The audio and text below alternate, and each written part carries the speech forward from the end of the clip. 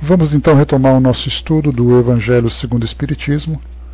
Nós estamos no capítulo 13, que a mão esquerda não saiba o que faz a direita, e nas instruções dos Espíritos nós estamos no item número 4, os órfãos, e é um tema importante dentro da ação beneficente. Talvez podemos colocar como sendo uma das expressões mais fortes, né, dentro do ato caritativo, do ato da caridade. E aqui então nós vamos inicialmente fazer uma viagem histórica para nós entendermos de que forma que isso repercute na nossa instrução, né? Então, inicialmente a gente vai fazer aqui a leitura de um texto que é muito interessante, né, que trata exatamente dessa questão do abandono, trata dessa questão da adoção. Então vocês já devem ter ouvido falar num instrumento do passado chamado Roda dos Expostos. Era uma janela que era aberta na frente de algumas instituições e que ela ia ali era oficialmente permitido que fossem depositadas crianças que de alguma forma seriam ou fossem rejeitadas pelos próprios pais. Então a gente vai fazer aqui a leitura. Nós estamos na revista de História, um artigo assim um pouco extenso, não muita coisa, mas que vai permitir que nós tenhamos uma visão geral histórica desse drama, desse problema que sempre esteve presente na história da humanidade.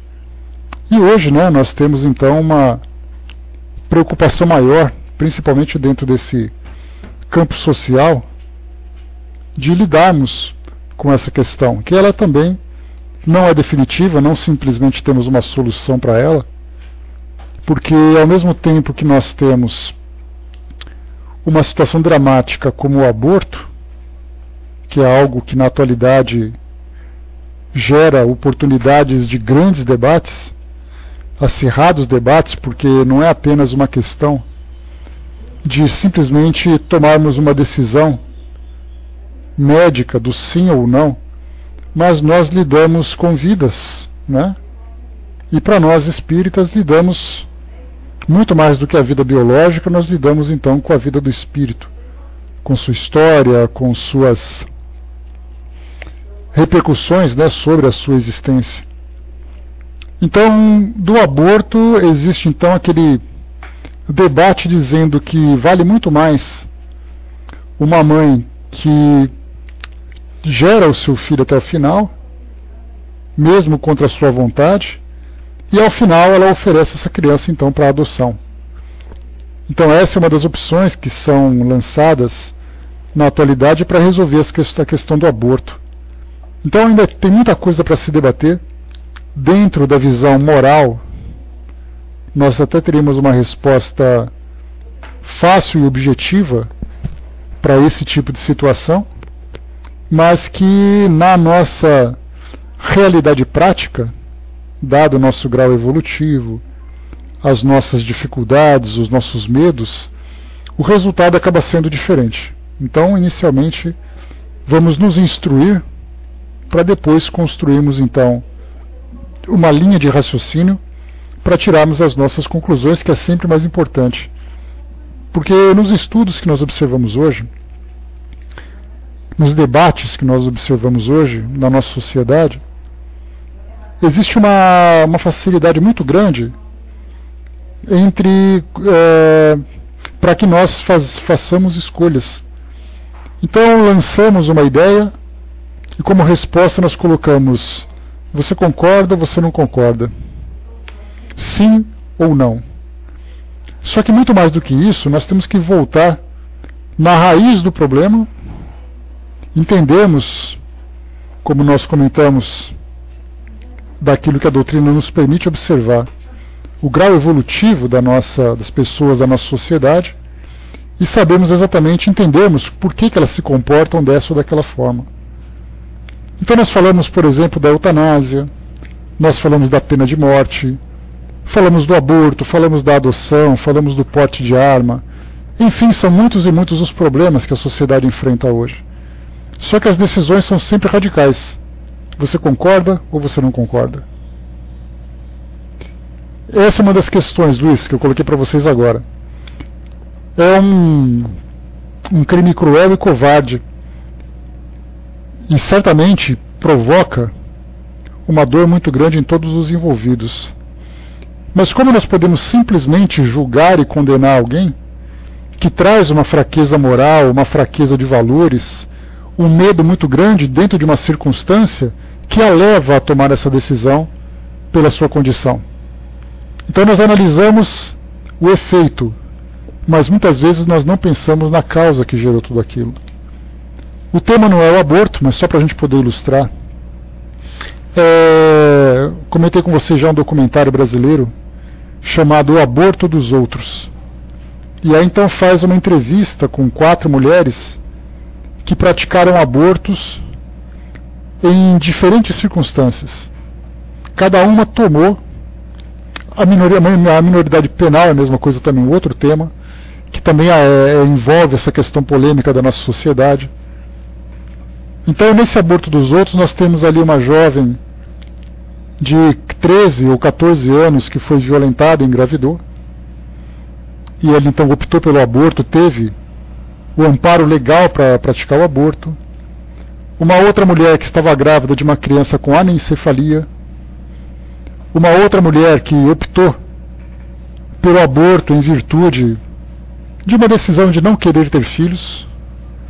E uma outra que eu não me recordo qual era a causa. Então nós falamos assim: você concorda com o aborto? Você vai dizer não. Se você estivesse na pele daquelas pessoas, como você pensaria? Então quando nós construímos esse raciocínio para chegarmos até o efeito em si, se nós não tivermos esse cuidado, nós seremos radicais em condenarmos, em punirmos, sem analisarmos as circunstâncias em que aconteceu tudo isso. Quando se fala sobre orfandade, é a mesma coisa. O que nós pensamos a respeito do abandono de crianças? Abandono de um bebê? Obviamente, para nós também é um ato de covardia, é um ato de egoísmo, mas mais uma vez, dentro daquilo que nós aprendemos através dos estudos do Evangelho, principalmente em utilizarmos o instrumento da caridade, para analisarmos as situações, o que levou aquela pessoa, qual foi o medo que ela teve tão grande para tomar aquela decisão. E ela, cometendo um erro, a sociedade teria então uma obrigação moral de acolher aqueles que foram desprezados, e se a sociedade não cumpre então essa obrigação moral, ela também cometeria esse mesmo erro? Ou seja, um erro justificaria o outro? Então todas essas questões são importantes de nós colocarmos na nossa pauta, para percebermos que não adianta a gente observar simplesmente a causa, o efeito. Temos que analisar a causa desde as suas raízes mais profundas, entendendo o grau evolutivo de cada pessoa, entendendo exatamente as motivações que essas pessoas tiveram para tomarem essas decisões, quais seriam as consequências a partir da decisão tomada sobre ela e todos os envolvidos. Então, várias situações vão surgindo, várias questões vão surgindo a partir dessa nossa análise. Então vamos lá.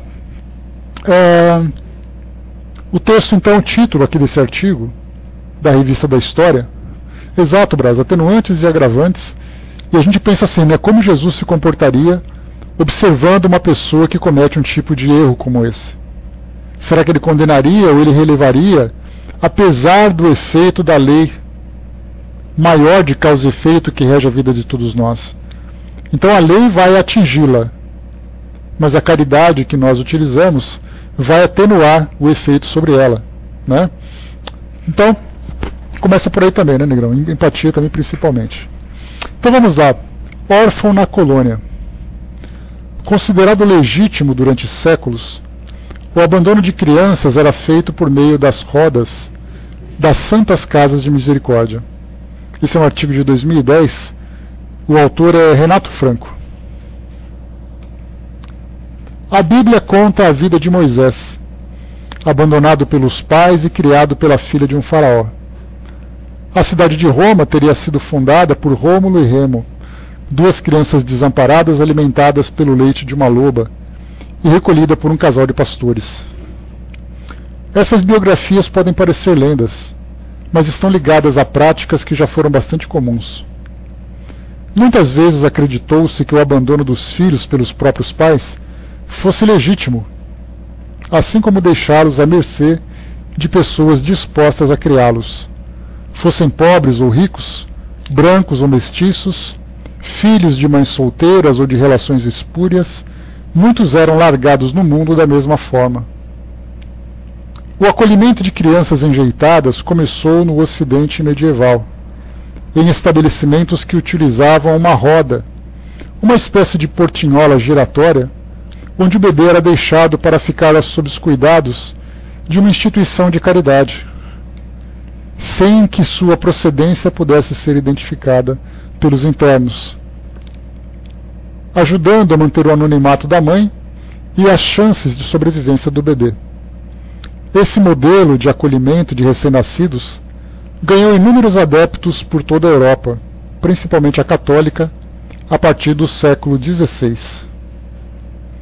A roda também foi muito usada em Portugal, e com o surgimento das Irmandades da Misericórdia, a partir de 1500, uma rede de auxílio que era controlada pelas Santas Casas e financiada pelas câmaras municipais, se espalhou pelo território continental.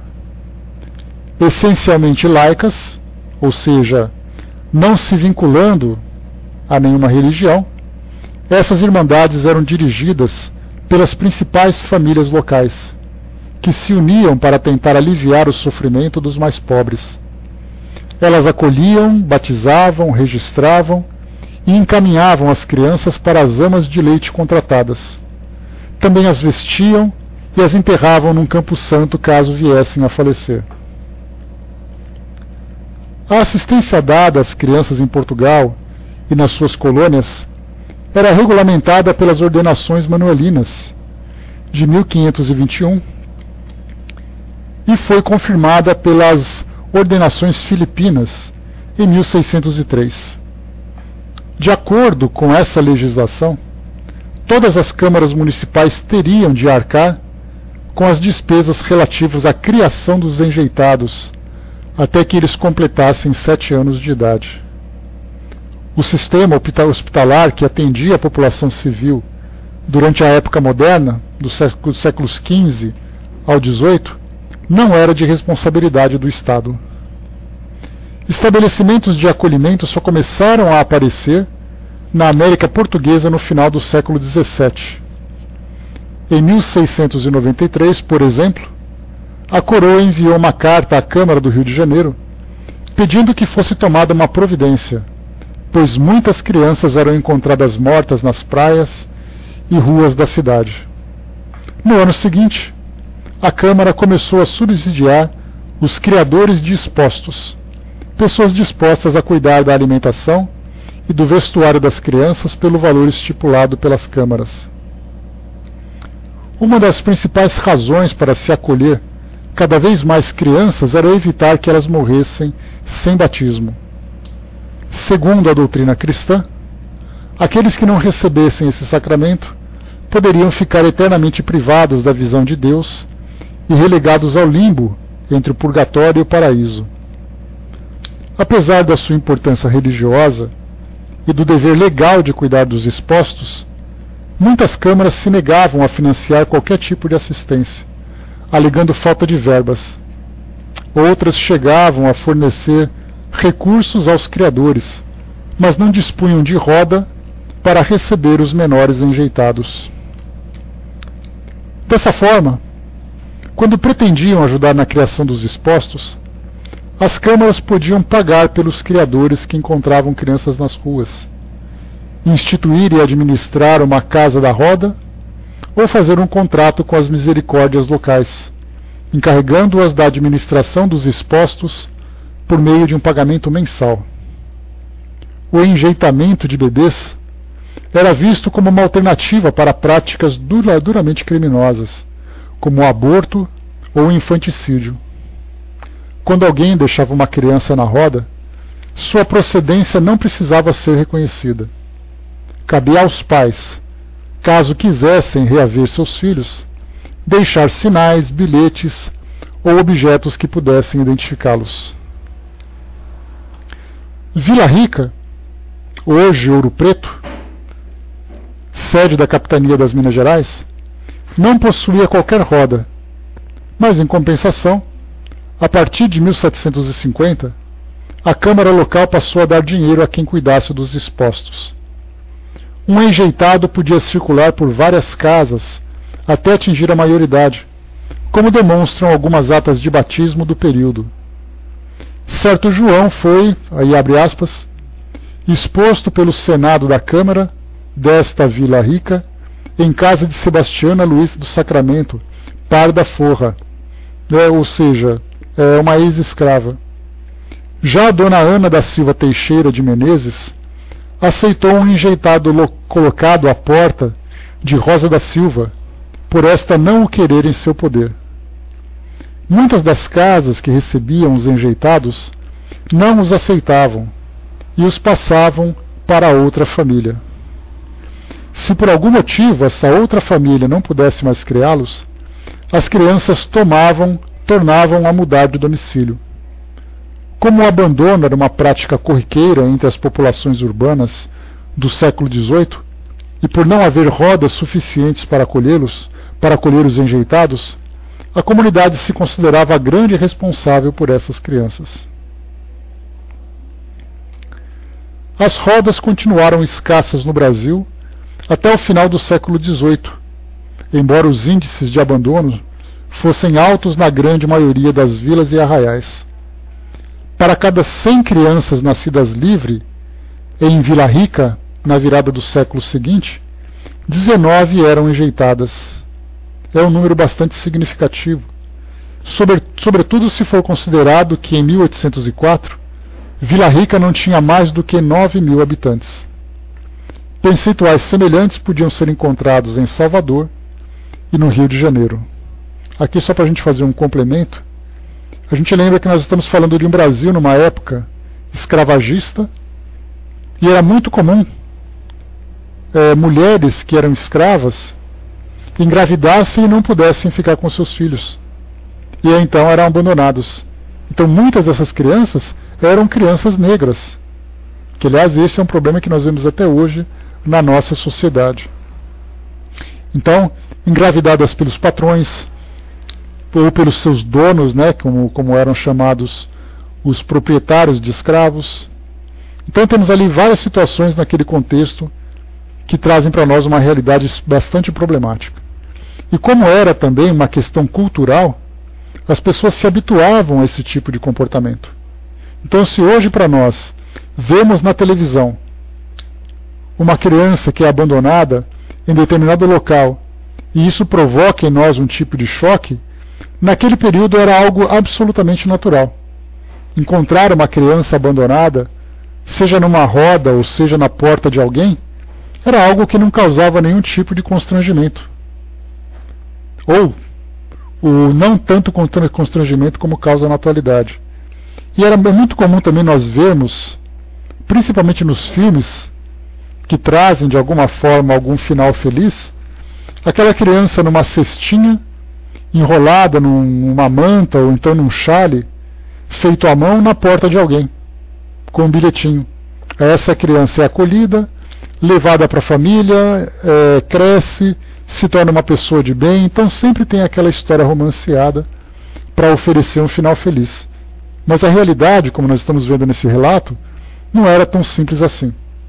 Muitas vezes uma criança era passada de lar em lar, simplesmente porque as pessoas não tinham mais paciência para cuidar delas, ou porque não tinham condições financeiras para arcar com as despesas. E então elas eram passadas de família em família, sendo bem tratadas ou maltratadas, até chegarem à maioridade e depois então tomavam o seu próprio caminho. Continuando aqui o nosso texto. Os destinos dos expostos estavam intimamente associados aos motivos do seu abandono e aos laços afetivos com a família adotiva. Ao contrário do que se podia imaginar, a mortalidade de crianças nos hospitais geralmente era maior do que nos locais onde elas estavam acolhidas por famílias. Os hospitais eram muitas vezes locais insalubres, que reuniam pessoas com diferentes tipos de doença, facilitando a propagação de enfermidades. Muitos enjeitados constituíram família e acumularam fortunas. Um dos mais célebres da história do Brasil é o de Diogo Antônio Feijó, ou simplesmente Regente Feijó, que nasceu em São Paulo em 1784, período com altos índices de abandono, e se tornou um dos mais ilustres personagens do período regencial, que foi entre 1831 e 1840, sendo regente do Império de 1835 a 1837. Mas houve um grande número de crianças que, depois de completarem 7 anos, foram submetidas a duras condições de trabalho. Os diferentes destinos mostram que o abandono não estava necessariamente associado à marginalidade. Casas santas e profanas. As primeiras santas casas de misericórdia americanas datam de meados do século XVI, mas instituições especializadas no recolhimento de menores enjeitados só surgiram no século XVIII. A primeira roda de expostos brasileira foi criada em Salvador em 1726, com recursos deixados pelo comerciante português João Matos de Aguiar. Em 1738, outro mercador lusitano, Romão Duarte, que deixou sua fortuna para as meninas enjeitadas que fossem bem comportadas e corressem o risco de perder a honra, fez uma doação à Santa Casa de Misericórdia do Rio de Janeiro, visando a abertura de uma instituição de acolhimento. A Roda dos Expostos do Recife veio em 1788, mas funcionava de maneira irregular. Acabou tendo sua administração transferida para a Santa Casa de Misericórdia de Olinda em 1810. Até o final do século XVIII, a colônia só podia contar com 3 rodas. Havia localidades em que as câmaras arcavam com os pagamentos, mas a maioria das vilas e arraiais não havia qualquer auxílio institucional. Em pelo menos 3 regiões, as autoridades locais viam com receio o auxílio indiscriminado que era dado a negros e mulatos. Ribeirão do Carmo, atual Mariana, Vila Rica e Recife. Para os administradores, esse tipo de caridade só deveria atender às famílias das elites, temerosas de perder sua reputação por conta de um desvio das mães. Mas essa atitude restritiva não conseguiu reduzir o abandono entre os demais segmentos da população. A pobreza, as questões materiais, a desestruturação familiar e a preservação do anonimato acabaram por dinamizar uma prática que se tornava cada vez mais corriqueira e que tirava dos pais a responsabilidade pelo abandono, a circulação de crianças. As rodas do século XIX. Em 2006, a Policlínica Casilino de Roma, na Itália, decidiu restabelecer o abandono de recém-nascidos, instalando um compartimento com berço, sensor de peso e calor, que avisa aos médicos quando alguém foi abandonado. A cabine está à disposição 24 horas por dia, e ali se lê: abandone aqui o seu bebê. A mãe tem direito ao mais completo anonimato. Foi uma decisão bastante controversa, mas na época teve apoio da então ministra de Políticas da Família, Rosa Bindi, e da ministra da Saúde, Lívia Turco. O governo italiano expressou publicamente o seu desejo de estender a mesma estrutura a outras cidades do país. Na Alemanha, um recurso semelhante já é utilizado há mais de uma década, quando se estabeleceu a chamada Janela de Moisés. Países como França e Bélgica adotam o parto anônimo como solução legal para o grande número de abandonados, justificando-o como uma alternativa menos cruel que o aborto. No Brasil, a imprensa noticia com frequência casos de abandono que muitas vezes estampam as capas de jornais e revistas de grande circulação. Entre os que defendem o direito ao parto anônimo, há justificativas que se assemelham bastante àquelas que eram dadas na época do Brasil colonial. Aí aqui já tem uma informação um pouco defasada, mas que vale a pena a gente ler aqui a título de curiosidade. Em 2008, o deputado Eduardo Valverde, do PT de Rondônia, encaminhou um projeto de lei que pretendia criar estruturas hospitalares para legalizar o parto anônimo. A proposta foi rejeitada pela Comissão de Seguridade Social e Família e pela Comissão de Constituição e Justiça e de Cidadania, mas ainda deve ser apreciada pelo plenário da Câmara dos Deputados. Entre as justificativas estava um problema existente no século XVIII, o direito da criança de ter reconhecimento sobre os seus pais. Segundo a relatora do projeto, então deputada Rita Camata, do PMDB do Espírito Santo, em vez de permitir o anonimato, é preciso fortalecer a paternidade responsável e não negar a origem às crianças.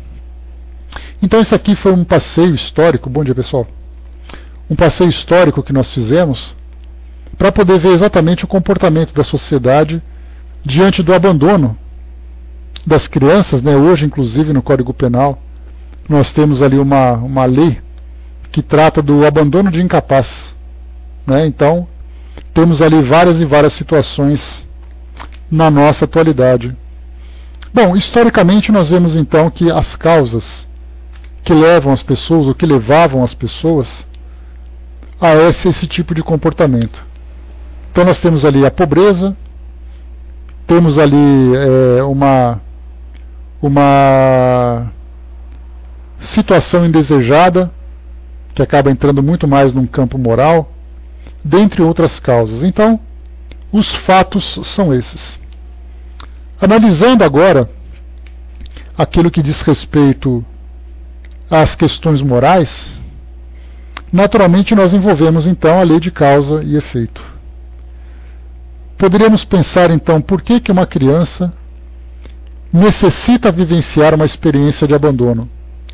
O que isso traz de efeitos sobre a sua personalidade, o seu caráter, o seu psiquismo. Isso teria uma origem no passado? Estudando a lei de causa e efeito, e aliás essa é uma questão que aqui no próprio Evangelho segundo o Espiritismo, nós vamos estudar isso depois, uma ideia de conformismo, que diz assim: se tudo acontece seguindo uma lei determinada por Deus, que uma criança nasce e se torna abandonada, porque isso fazia parte dos seus compromissos reencarnatórios, qual é a obrigação que nós temos então de ajudar, se a própria lei divina determinou que ela passasse por essa situação? Então esse é um dos argumentos que nós muitas vezes encontramos. Se tinha que ser assim, por que eu tenho que me comprometer com isso? E aí os espíritos então vão trazer para nós um esclarecimento dizendo que situações dessa natureza, que levam pessoas ao sofrimento, são oportunidades que nós temos de um crescimento moral, exercitando em situações como essa. Porque do contrário, nós pensamos em caridade sem ter oportunidade de vivenciá-las.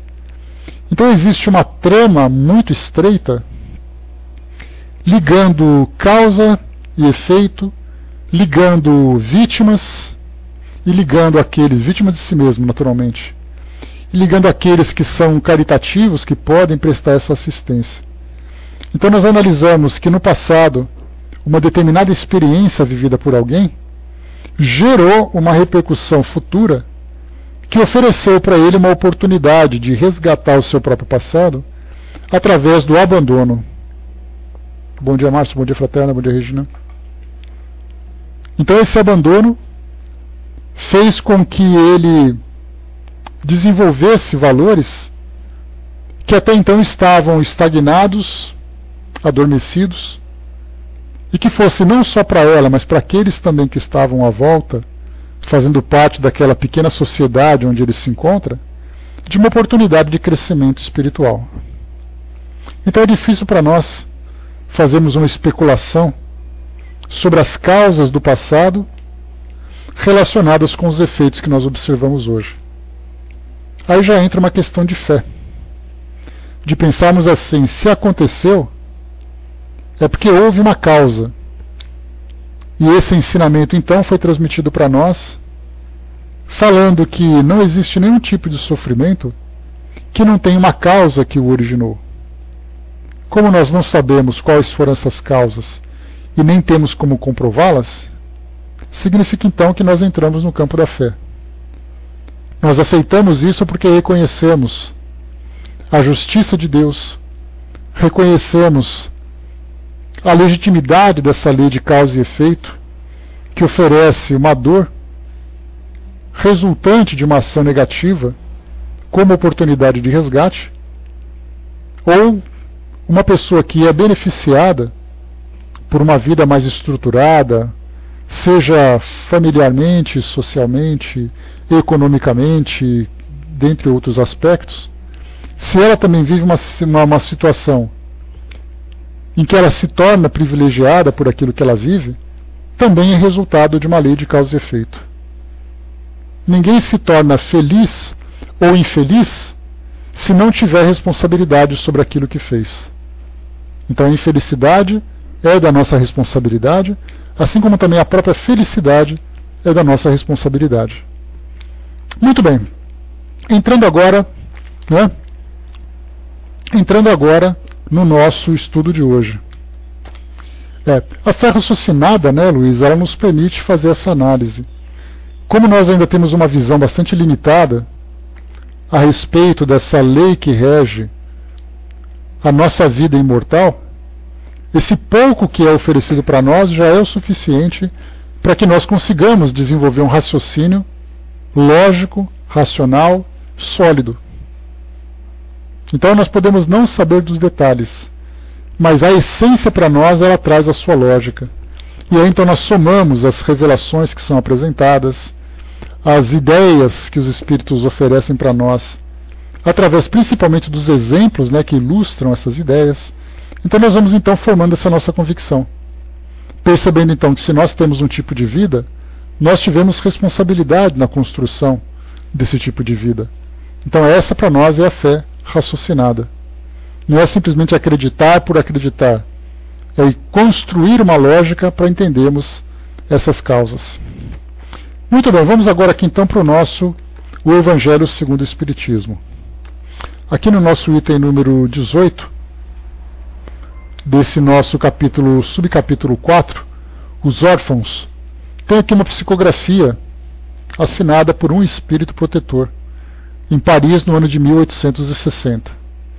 E a gente lembra sempre que basta fazermos uma pesquisa rápida lá na própria Revista Espírita, que nós encontramos essa mesma mensagem que Kardec publicou na Revista Espírita e posteriormente publicou também no Evangelho segundo o Espiritismo. Esse espírito protetor então ele se chama Jules Morin, ou Jules Morin. Então ele foi colocado como um espírito protetor sem a sua denominação. Kardec, nessa mensagem na Revista Espírita, traz para nós aqui uma observação, que ele diz assim, que o espírito que assina a mensagem é completamente desconhecido. Podemos ver pela comunicação acima, que é essa que nós vemos agora, e por muitas outras do mesmo gênero, que nem sempre é necessário um nome ilustre para obter belas coisas. É uma puerilidade, ou seja, uma infantilidade prender-se ao nome. É preciso aceitar o bem, venha de onde vier. Aliás, o número de nomes ilustres é muito limitado. O dos espíritos é infinito. Por que então não os haveria também capazes entre os que não são conhecidos? Fazemos esta reflexão porque há pessoas que julgam nada poder obter de sublime a não ser chamando celebridades. A experiência prova o contrário todos os dias, mostrando-nos que podemos aprender alguma coisa com todos os espíritos, desde que saibamos aproveitar as ocasiões. Então esse comentário que Kardec traz, né, um comentário mais técnico, tratando exatamente da comunicação dos espíritos vindo de todas as partes, independendo de ser conhecido ou não, mas valorizando muito mais o conteúdo do que o remetente, do que a assinatura. Essa é uma psicografia trazida pela médium Ciora Smith, e diz assim para nós então, diante daquela realidade. Então, vamos de novo contextualizar aquele período, para entendermos exatamente do porquê da manifestação dos espíritos a respeito desse tema. Primeiro, nós estamos no século XIX, e estando no século XIX, essa realidade de abandono era algo muito presente naquela época. A gente lembra sempre, né, que nós falávamos do emprego das pessoas naquele período, num dos nossos estudos anteriores, e nós lembrávamos que as pessoas não eram contratadas oficialmente, não tinham direitos trabalhistas. Ela saía de casa de manhã, voltava à noite trazendo ali algumas moedas que eram resultado do seu trabalho. Se por acaso ela saísse para trabalhar e não encontrasse uma atividade que pudesse oferecer para ela algum tipo de remuneração, ela voltava para casa sem nada. E se não tivesse comida em casa, ela passaria fome. Então a gente percebe que a gravidez, numa época em que não havia orientação médica, contraceptiva, de planejamento familiar, então as pessoas engravidavam com muita facilidade. Não tinha televisão naquela época, né, como se diz popularmente, então as pessoas não tinham muita coisa para se distrair, e a melhor distração que ela tinha era exatamente uma relação íntima. E a gravidez vinha como uma consequência natural. E isso mostra para nós, então, que a quantidade de crianças abandonadas era proporcional ao número de mulheres que engravidavam indesejadamente. Engravidavam acidentalmente, passavam por essa dificuldade de sustentação e optavam pelo abandono. E a quantidade de pessoas, de crianças que eram abandonadas, como nós vimos naquele artigo anterior, na porta das pessoas, já que aquelas rodas dos expostos elas não eram frequentes nas cidades, algumas poucas cidades. Basta a gente lembrar que no Brasil colonial apenas 3 cidades possuíam essa roda. Então na Europa era a mesma coisa também. Então passava de um dia para a noite, chegava de manhã numa madrugada, eis que uma criança deixada na porta de uma família. Essa família então tinha a opção de aceitar ou não aceitar essa criança. Então os espíritos, naquele momento em que a codificação abriu a oportunidade deles se comunicarem, falaram sobre todos os assuntos, principalmente assuntos que envolviam a realidade que eles viviam, uma realidade que muitas vezes se refletia num comportamento moral. Agiam daquela forma, mas o que isso traz como consequência moral? E então os espíritos se manifestavam a esse respeito. Então, falando sobre os órfãos, bom dia, João. Falando sobre os órfãos, esse espírito, então, Rolis Morim, trouxe para nós, então, o seguinte ensinamento: meus irmãos, amai os órfãos. Se soubesses quanto é triste ser só e abandonado, sobretudo na infância. Deus permite que haja órfãos para exortar-nos a servir-lhes de pais. Que divina caridade amparar uma pobre criaturinha abandonada, evitar que sofra fome e frio, dirigir-lhe a alma a fim de que não se desgarre para o vício. Agrada a Deus quem estende a mão a uma criança abandonada, porque compreende e pratica a sua lei. Ponderai também que muitas vezes a criança que socorreis vos foi cara noutra vida, caso em que, se pudesseis lembrar-vos, já não estaríeis praticando a caridade, mas cumprindo um dever.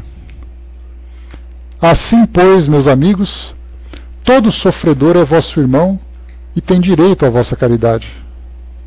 Não, porém, essa caridade que magoa o coração, não essa esmola que queima a mão em que cai, pois frequentemente bem amargos são os vossos óbolos.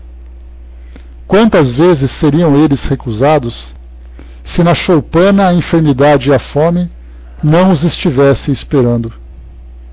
Dai delicadamente, juntai ao benefício que fizerdes o mais precioso de todos os benefícios, o de uma boa palavra, de uma carícia, de um sorriso amistoso. Evitar esse ar de piedade, de proteção, que equivale a revolver a lâmina do coração que sangra, e considerai que, fazendo o bem, trabalhai por vós mesmos e pelos vossos. Rules Morim. Essa então é a mensagem desse espírito, e como nós vimos, é uma mensagem que traz para nós um motivo de reflexão. Porém, analisando profundamente toda a circunstância que fala da criança abandonada, da orfandade, do desvio que a maioria desses espíritos acabam enfrentando pelo fato de não serem bem direcionados na sua existência terrena, nós vemos então o quão complexo é esse tema e a dificuldade que nós temos para lidar. Hoje, embora oficialmente nós tenhamos os orfanatos que cuidam dessas crianças, o abandono ainda é um crime. Então nós temos, na verdade, o crime como consequência, aliás, os orfanatos, como uma forma de amenizar as consequências do crime que foi praticado. Então, aquela lei que foi analisada naquela época, falando sobre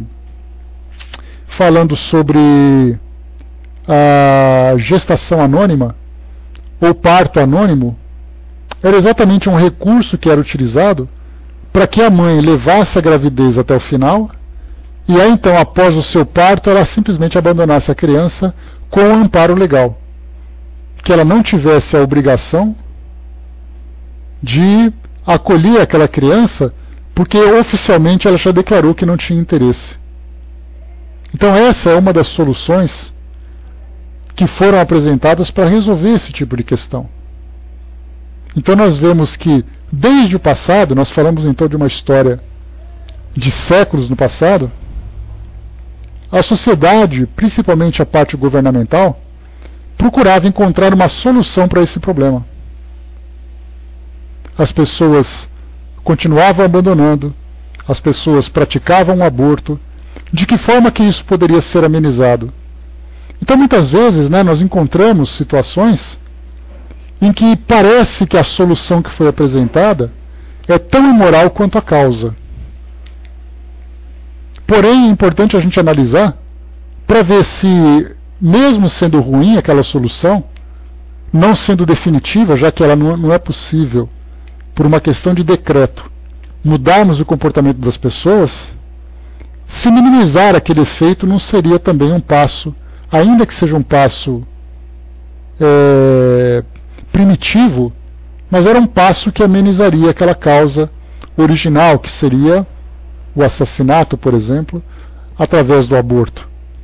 Então nós vemos que gradualmente a sociedade procura encontrar soluções para os seus problemas, mas não são soluções de grande vulto, tampouco soluções definitivas. Foi comentado inicialmente, bom dia, Raquel.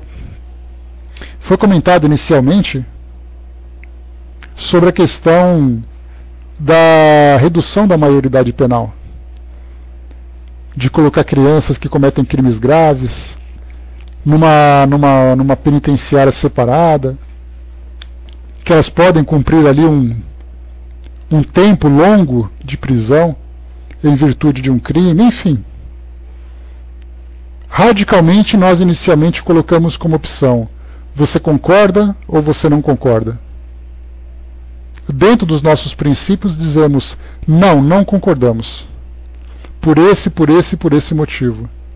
Mas aí então nós voltamos no tempo e começamos a analisar as causas, o comportamento da sociedade, de que forma que ela reage àquela situação, e nós vemos que uma solução definitiva que nós apresentamos, ela acaba não sendo definitiva. Ela acaba muitas vezes até causando mais problemas. Então o que nós estamos percebendo é que a nossa opinião, ela tem ali o seu valor. Mas a realidade apresenta muitas vezes situações que não podem ser solucionadas da forma como nós gostaríamos. Então elas precisam ser equacionadas de uma forma diferente. Primeiro para amenizar e depois para poder solucionar. Mas todos esses tipos de comportamento é o que chama atenção para nós, as orientações do mundo espiritual, são resultados do nosso comportamento moral. Então existem crianças abandonadas porque há pessoas que são capazes de abandonar. Temos então tantas e tantas crianças colocadas em orfanatos após serem abandonadas porque a sociedade não se preocupa em acolhê-las. Então a gente vai provocando ali um efeito dominó. Não apenas transferindo a responsabilidade, mas ampliando a responsabilidade. Não é que um tinha responsabilidade e passou para o outro. O primeiro tinha responsabilidade, o segundo, fazendo parte daquele contexto, também assume responsabilidade, e assim a gente vai ampliando cada vez mais. Então esse é um motivo, uma situação para nós pensarmos. Os espíritos chamando a atenção a respeito da adoção, não apenas como um ato social, mas como uma forma de recebermos aquele espírito no mundo físico e darmos a ele a oportunidade de se desenvolver. Esse é o ponto principal dessa nossa reflexão. Bom, aqui depois, nesse mesmo texto, nós temos ainda uma sequência de raciocínio que é apresentada aqui por Kardec, onde ele coloca duas perguntas e as respectivas respostas para nos orientar. Então, no item 19, um guia protetor na cidade de Sens, em 1862, Kardec apresenta a seguinte pergunta: que pensar das pessoas que, sofrendo ingratidão por benefícios prestados, não querem mais fazer o bem com medo de encontrar os ingratos? Aqui nós já conversamos anteriormente a respeito da caridade, quando nós falamos, por exemplo, que é quase que um comportamento natural da nossa parte realizarmos alguma coisa em benefício de alguém e obrigatoriamente esperar um agradecimento. Então você faz alguma coisa para alguém e alguém educadamente te responde com o nosso obrigado. E a gente analisa na expressão por que as pessoas falam obrigado. É porque ela se coloca na obrigação de retribuir aquilo tudo. Então ele diz muito obrigado, ou seja, eu sou obrigado a te retribuir isso tudo. Seria uma forma de expressar a sua gratidão. Mas no momento em que nós realizamos uma determinada tarefa em benefício de alguém, e esse alguém não retribui da forma como nós esperamos, nós pensamos assim: já que ele é mal educado, eu também não faço mais. Ou muitas vezes eu fiz alguma coisa por alguém e aquilo acabou me trazendo algum problema por causa daquela pessoa, pelo fato da ingratidão que ela demonstrou. E aí, então, depois de certo tempo, passando por essa situação de constrangimento e de dificuldade, eu opto então em não fazer mais nada para ninguém. De dizer, por exemplo, né? Obrigado, Cindizinho. Bom dia, Flotier. Eu digo, por exemplo, já que eu fiz alguma coisa e eu não fui reconhecido por aquilo que eu fiz, então eu prefiro não fazer mais. Então essa é a situação que é apresentada para nós nessa questão. Que pensar das pessoas que, sofrendo ingratidão por benefícios prestados, não querem mais fazer o bem, com medo de encontrar ingratos? O Espírito responde o seguinte para nós: essas pessoas têm mais egoísmo do que caridade, porque fazer um bem somente para receber provas de reconhecimento é deixar de lado o desinteresse, e o único bem agradável a Deus é o desinteressado. São ainda orgulhosas, porque se comprazem na humildade do beneficiado, que deve arrojar-se a seus pés para agradecer-lhes. Aquele que busca na terra a recompensa do bem que faz, não a receberá no céu, mas Deus a reservará para o que assim não procede. É necessário sempre ajudar os fracos, mesmo sabendo-se de antemão que os beneficiados não agradecerão.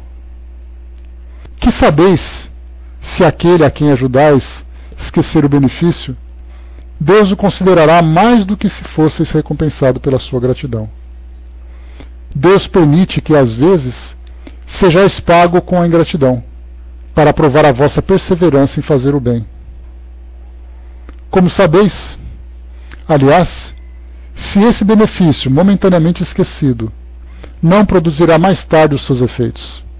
Ou seja, como sabeis se esse benefício momentaneamente esquecido não produzirá mais tarde os seus frutos? Ficais certos, pelo contrário, de que é uma semente que germinará com o tempo. Infelizmente não vedes nunca além do presente. Trabalhai para vós e não tendo em vista os seus semelhantes. A benemerência acaba por abrandar os corações mais endurecidos, porque ficar esquecida aqui na terra pode ficar esquecida aqui na terra, mas quando o espírito se livrar do corpo, ele se lembrará, e essa lembrança será seu próprio castigo. Então ele lamentará a sua gratidão, desejará reparar a sua falta, pagar a sua dívida numa outra existência, aceitando mesmo frequentemente uma vida de devotamento ao seu benfeitor. É assim que, sem suspeitares, tereis contribuído para o seu progresso moral, e reconhecereis então toda a verdade dessa máxima: um benefício jamais se perde. Mas tereis também trabalho para vós, pois tereis o mérito de haver feito o bem com desinteresse, sem vos deixar bater pelas decepções. Ah, meus amigos, se conhecesseis todos os laços que na vida presente vos ligam às existências anteriores, se pudesseis abarcar a multiplicidade das relações que aproximam os seres uns dos outros, para o seu mútuo progresso, admiraríeis muito melhor a sabedoria e a bondade do Criador, que vos permite reviver para chegardes a Ele. Então esse texto fala para nós sobre essa doação que nós fazemos, ou daquilo que possuímos, ou de nós mesmos, de uma forma desinteressada. Essa é a mais difícil de caridade que pode ser realizada. E o fato desse texto estar aqui nessa página, junto com aquela parte de orfandade, é a mesma coisa. Porque quantas e quantas vezes acontecem de uma adoção ser realizada e os pais se decepcionarem com aqueles que foram adotados.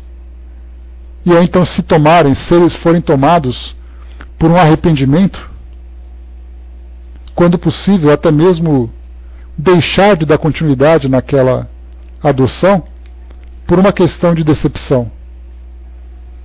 Então a doação mais difícil para nós, a caridade mais difícil, é aquela em que nós não nos colocamos como principal beneficiado. Ao contrário, conforme nós estudamos no texto sobre o óbolo da viúva, que diz para nós, naquela parábola, que mais vale uma pequena doação feita com sacrifício do que uma grande doação quando há aquele momento de abundância. Porque é o sacrifício que mostra não apenas a doação material, mas a principal doação, que é a nossa doação pessoal. Então uma caridade, se ela não estiver recheada com esse nosso envolvimento, com o nosso comprometimento, com o nosso sacrifício, é uma caridade que, sem dúvida nenhuma, vai beneficiar aquele que recebe, independente da quantidade. Pode ser uma pequena moeda feita com indiferença ou uma grande soma também com indiferença. E a mesma coisa acontece com o contrário. Eu posso fazer uma pequena doação com toda a sinceridade, com todo o sacrifício, como posso fazer também uma grande doação com a mesma sinceridade e sacrifício. Então, na verdade, quando nós pensamos em caridade, e é por isso que quando nós estudamos sobre caridade, nós vemos que há várias formas da caridade se manifestar. E essa manifestação mostra para nós que muitas vezes a caridade perde o seu valor pela forma como ela é praticada. Então nós temos aquela caridade limitada pelas nossas condições, uma caridade realizada com o objetivo de uma autopromoção, uma caridade realizada pelo medo de perder aquilo que se tem. Então temos várias formas, mas a mais difícil de todas é aquela que aparece como um sacrifício pessoal. Essa é a mais difícil. A Raquel colocou para nós, pessoas que fazem o bem sem esperar retorno. Entretanto, pode ocorrer que pessoas gostam de dar retorno ao favor recebido. Como fica esse caso? Aceitamos ou não? A gratidão também deve ser reconhecida, Raquel. Essa é uma questão. Você não precisa desprezar aquilo que alguém te oferece como benefício de gratidão. O que a gente deve analisar é exatamente se há realmente necessidade daquilo. De não precisar do outro se preocupar com isso. Muitas vezes as pessoas, e nós já conversamos sobre isso numa outra oportunidade, quando nós falamos sobre os presentes. Qual é o significado de um presente que você recebe? O presente nada mais é do que um objeto, mas que traz um significado. Então hoje nós temos o hábito, e até mesmo uma necessidade, de materializarmos os nossos sentimentos. Então eu preciso não apenas dizer para você que eu gosto de você, eu preciso demonstrar esse mesmo bem-querer, esse mesmo gostar. E aí então eu manifesto isso através de um presente. Só que o problema é que nós acabamos nos acostumando mais com o presente do que com o seu significado. Tanto é assim que quando chega o dia dos namorados, o cidadão, em vez de dar aquele presente luxuoso e requintado para a namorada, ele dá um chaveirinho. E ele fala assim: esse chaveirinho está imantado de todo o meu amor. E ela pega o chaveirinho e joga na cara dele e fala assim: é esse o tamanho do seu amor por mim? Então a gente vê que estamos habituados a isso. Então temos ali Natal, Ano Novo, dia disso, dia daquilo. Então temos a necessidade de materializar nossa fé, uma tradição. Só que muitas vezes pois é, aquele anelzinho do chiclete, né? Com aquela pedrinha vermelha, oh, coisa linda. Só que como nós aprendemos a materializar essa fé, esse sentimento, muitas vezes isso vem de uma forma muito sincera. A pessoa fala assim para você: olha, muito obrigado, eu queria te dar esse presente de todo o coração. E é de todo o coração mesmo. E muitas vezes, se você não aceita aquilo, você acaba magoando aquela pessoa. Então, na verdade, é uma questão de bom senso. Se para ela aquela gratidão é sincera, mas que não vai exigir dela um sacrifício, porque ela não precisa fazer isso para poder comprovar a gratidão dela, então é muito bem-vinda, por que não? Então é sempre uma questão de analisarmos, de termos o bom senso. Qual a importância daquele presente para mim? Ah, mas se ele vai imantado com amor, é um chaveirinho especial, vai. Não dá para desprezar assim também. Então, dia dos namorados, Natal, aquela coisa toda. Momentos importantes da nossa sociedade, faz parte da nossa cultura. Temos que nós temos agora dia dos avós, dia dos pais, dia das mães, dia das crianças, que é uma forma de estimular o comércio. Então, culturalmente, nós aprendemos que o sentimento tem mais valor se ele vier, então, envolvido com presente. O Fletcher lembrou aqui, né? Realmente não gosto de receber coisas materiais. Um abraço para mim valeria muito mais que uma bicicleta. Tal. Não, mas na verdade, Fletcher, é aquela coisa. As pessoas se manifestam da forma como elas sabem. Muitas vezes alguém viveu a vida nessa troca de sentimentos através dos presentes. Então, para ele, te oferecer alguma coisa é algo muito especial. Só para contar um caso para vocês, só para poder mostrar como isso acontece, nós tivemos um caso de um senhorzinho amigo nosso, que ele trabalhava numa condição muito humilde, numa condição muito difícil. E aí então ele sofreu um acidente de trabalho, torceu o pé. E ele não podia trabalhar, ele dependia daquele sustento. E aí então, tendo contato com essa necessidade dele, ele acabou sendo assistido pela minha irmã, que é fisioterapeuta. E aí então aplicou toda a técnica, né, profissional dela e tudo mais, e rapidamente ele se recuperou. E ele teve uma gratidão tão grande por aquilo que foi feito que ele tinha necessidade de dar um presente para ela. Ligou para cá e falou assim: fala para ela o que ela quer ganhar de presente, que eu quero dar um presente para ela. E depois ele tinha recebido também um benefício que estava acumulado, que estava atrasado e tudo mais, então ele estava ali com uma pequena reserva, né, de aposentado, e ele queria dar um presente para ela. E ela falava assim: mas não precisa. Não, mas eu quero dar. Tá bom, então me dá um vasinho de violeta. Ela já ficou fazendo cálculos, né? Qual será o valor de um vasinho de violetas para dar para ela, né? Que deve ser uma coisa muito especial, porque para ele não sabia exatamente o valor. Ele não sabia do que se tratava, nem do que era violeta. Provavelmente ele imaginou que era um girassol num vaso enorme, né? Aí ele foi naquela lojinha, numa lojinha de flores, numa floricultura, e comprou o tal do vasinho de violeta. Deu aqueles R$5. E ele comprou, ele ficou tão sentido quando ele trouxe. Ele falou assim: poxa, mas eu queria dar alguma coisa mais especial para ela. Esse vasinho é muito pequeno. Aí depois acabou desconversando, ficou o vasinho de presente, ela ficou feliz da vida colocando na janela do consultório dela e tudo mais.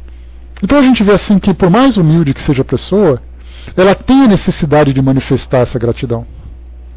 E cabe a nós, então, administrarmos isso tudo.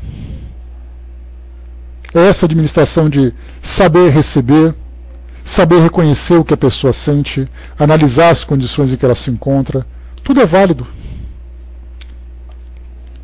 Essa é a parte mais importante. Muito bem, então aqui a gente tem agora uma segunda questão para analisarmos. Vamos aqui rapidamente para a gente poder fechar. É uma mensagem rápida de São Luís, em 1860, em Paris. A beneficência é bem compreendida quando se limita ao círculo das pessoas da mesma opinião, da mesma crença ou do mesmo partido. Então, o valor de uma caridade, ela tem o mesmo valor quando praticada universalmente, quando ela é restrita apenas aos nossos círculos de amigos. Eu só faço uma caridade sincera para aqueles a quem eu conheço, para aqueles que eu conheço. Então é exatamente o que Kardec pergunta. Se tem o mesmo sentido, mesmo valor. E aí então o São Luís coloca: não, pois é sobretudo o espírito de seita e de partido que deve ser abolido, porque todos os homens são irmãos. O verdadeiro cristão vê irmãos em todos os seus semelhantes, e para socorrer o necessitado, não procura saber a sua crença, a sua opinião, seja qual for. Seguiria ele o preceito de Jesus, que manda amar até os inimigos, se repelisse o infeliz por ter crença diferente da sua? Que o socorra, pois, sem lhe interpretar a consciência, mesmo porque, se for um inimigo da religião, será esse o meio de fazer que ele a ame. Repelindo-o, só faria que o odiasse. Então a gente vê muito isso também, né, as instituições sendo muito partidaristas e colocando condições para que a caridade seja praticada. E a mensagem do bom samaritano, lá dos evangelhos, ela esclarece muito isso. Que muitas vezes a caridade vem de onde menos se espera, quando se diz respeito a esse partidarismo. Então, na verdade, ela vem de um coração sincero, não de uma crença. Aquela mensagem que diz para nós: fazer o bem sem olhar a quem? Ela é uma mensagem muito falada, muito batida, mas muito pouco compreendida. Porque é nos momentos mais críticos, são nos momentos mais críticos, quando nós percebemos exatamente a nossa capacidade de autodoação. E essa capacidade de autodoação, ela não escolhe hora, não escolhe momento, não escolhe uma camisa, um time, um grupo. A dor é simplesmente a dor. E ela se manifesta onde existe um coração ali presente. Então nós temos que ficar atentos a percebermos que, independente da aceitação do outro, quantas vezes nós vemos isso, né? Você espírita vai realizar ali uma caridade para alguém de uma outra crença, e quando ele descobre que você é espírita, ele torce o nariz. E você fala assim, também não devia ter ajudado. Então, na verdade, essa visão do mundo que nós temos, de irmandade, independente de qualquer tipo de crença, porque a crença, ela depende da nossa condição atual. Quantas e quantas crenças nós já tivemos que foram se modificando pelo fato de nós amadurecermos com o passar do tempo. Então hoje eu acredito nisso, por influências do meio onde eu vivo. Mas o meu pensamento ele é universal. Ele não tem línguas, ele não tem barreira, ele não tem fronteiras. Então nós temos sempre que pensar nesse amor incondicional, esse amor que vai além das nossas próprias fronteiras, para que qualquer ação que nós praticarmos seja sincera. Temos que ser prudentes e ao mesmo tempo sermos mansos, como diz a própria mensagem do Evangelho. Temos que pensar dessa forma. Bom, pessoal, fechando por aqui então o nosso estudo de hoje. Fechamos até um pouco mais cedo, né? Se vocês quiserem colocar alguma questão aí para a gente poder completar esses minutinhos finais. A Angelina colocou, né, em relação ao aborto. Sou a favor da vida em todas as circunstâncias. Vida é sempre vida. Não há dúvidas disso, Angelina. A questão do aborto ela é definitiva para nós. Principalmente para nós espíritas. O que os espíritos nos instruem a respeito da caridade não é aceitarmos o aborto, mas é entendermos a imaturidade e a dificuldade, o desespero que alguém que pratica no momento em que tem esse ato. Porque nós sabemos que o fato do crime ter sido cometido vai repercutir sobre ela uma dor muito grande. E da nossa parte tem que ter a compreensão para fazer com que ela entenda o seu erro e consiga futuramente, num futuro muitas vezes médio ou distante, se regenerar do erro que praticou. Então a história é sempre essa. É o nosso julgamento, a nossa condenação, que muitas vezes pesa muito mais do que a nossa crença. Eu creio que o aborto é um crime. Muito bem. Só que eu acabo fazendo um julgamento muito pesado, como se eu tivesse a capacidade de julgar alguém, que acaba anulando exatamente a minha crença que é verdadeira. Então essa é uma questão que a gente tem que pensar sempre. O certo sempre vai ser o certo. E nós estamos gradualmente alcançando uma melhor compreensão a respeito disso, entendendo sobre as leis naturais, as leis divinas, entendendo causa e efeito, mas nem todos alcançam essa mesma evolução nesse mesmo momento. Até mesmo aquele que é um assassino, para nós tirar a vida de alguém é algo hediondo, mas para aquele que comete um crime, ele o faz por uma inferioridade moral. Aí vem a pergunta, mas quem de nós não teve também essa fase de inferioridade? Quantas vezes nós cometemos crimes que não chegam ao assassinato, mas muitas vezes é tão cruel quanto, dentro desse campo moral, machucando as pessoas, sendo indiferente com as dores alheias? Então é sempre pensar dessa forma, a caridade acima de tudo, naquilo que nós fazemos e naquilo que nós pensamos. A Fraterna colocou, nem se essa criança for consequência de um estupro, o que acha?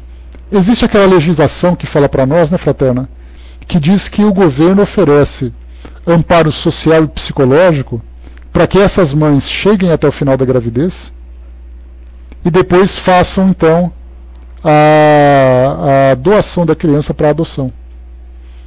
E aí muitas vezes pensamos, mas será que essa é a melhor solução? E a pergunta e a resposta que nós damos é exatamente, muitas vezes nós não temos outra opção que não seja essa. É o efeito psicológico, é a dor de vivenciar aquela experiência durante aquele período todo. O amor, nós falamos assim, olha, o amor acima de tudo. Mas o amor ele não é alcançado por todos, principalmente nessas situações mais complicadas. Né? Já vi uma menina de apenas 9 anos passar por isso, e aí? A nossa visão é: vamos acolher então aquela criança e o seu filho. Mas aí na realidade nós perguntamos: mas nós temos condições de fazer isso hoje? Não temos uma resposta pronta. Então, dentro dessas dificuldades que nós enfrentamos, o melhor caminho é aquele que promove a menor dor, tanto quanto possível. Muitas vezes a dor ainda acontece, mas se nós conseguirmos minimizar o resultado, já é algo extremamente positivo.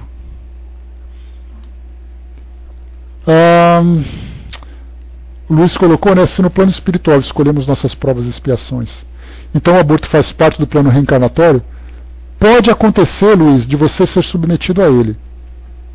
A gente lembra que ninguém escolhe ser criminoso quando reencarna, mas muitas vezes uma situação difícil aparece para você que te força a tomar uma decisão. Você pode, por fraqueza, se deixar levar pelo mesmo erro que cometeu anteriormente, ou criar uma situação nova. Então todo mundo nasce para fazer a coisa certa. É a resistência, a nossa capacidade, que vai dizer se nós acertamos ou não. Então ninguém nasce para ser assassino, ninguém nasce para abandonar uma criança, ninguém nasce para cometer suicídio, ninguém nasce para cometer aborto. Só que muitas vezes a prova para aquele espírito, para ele é muito difícil de resolver. Cabe a nós então, por essa aplicação da lei da caridade, entendermos sua fraqueza e auxiliar, para que mesmo diante do erro ele possa se regenerar. Assim como já aconteceu com a gente muitas vezes. É a melhor forma que nós temos de fazer as coisas. Não existe um mundo perfeito para nós ainda, mas nós podemos minimizar tanto quanto possível. Deixa eu ver assim, aprendi que o aborto natural é caso do espírito desistir e reencarnar. No caso do aborto natural é um aborto espontâneo, né? Mas aí quem que foge? É o espírito. Os pais estão ali como veículo de encarnação. Muito bem, pessoal, fechando por aqui então o nosso estudo de hoje. A gente viu assim que esse tema ele nos instiga com facilidade a buscarmos respostas afirmativas ou negativas. Ou seja, sim ou não. Mas nós vimos quantas e quantas vezes há situações em que nós não conseguimos tomar a decisão certa, mesmo tentando acertar. Você tenta fazer o certo de acordo com suas crenças. O resultado é negativo e vai trazer para nós depois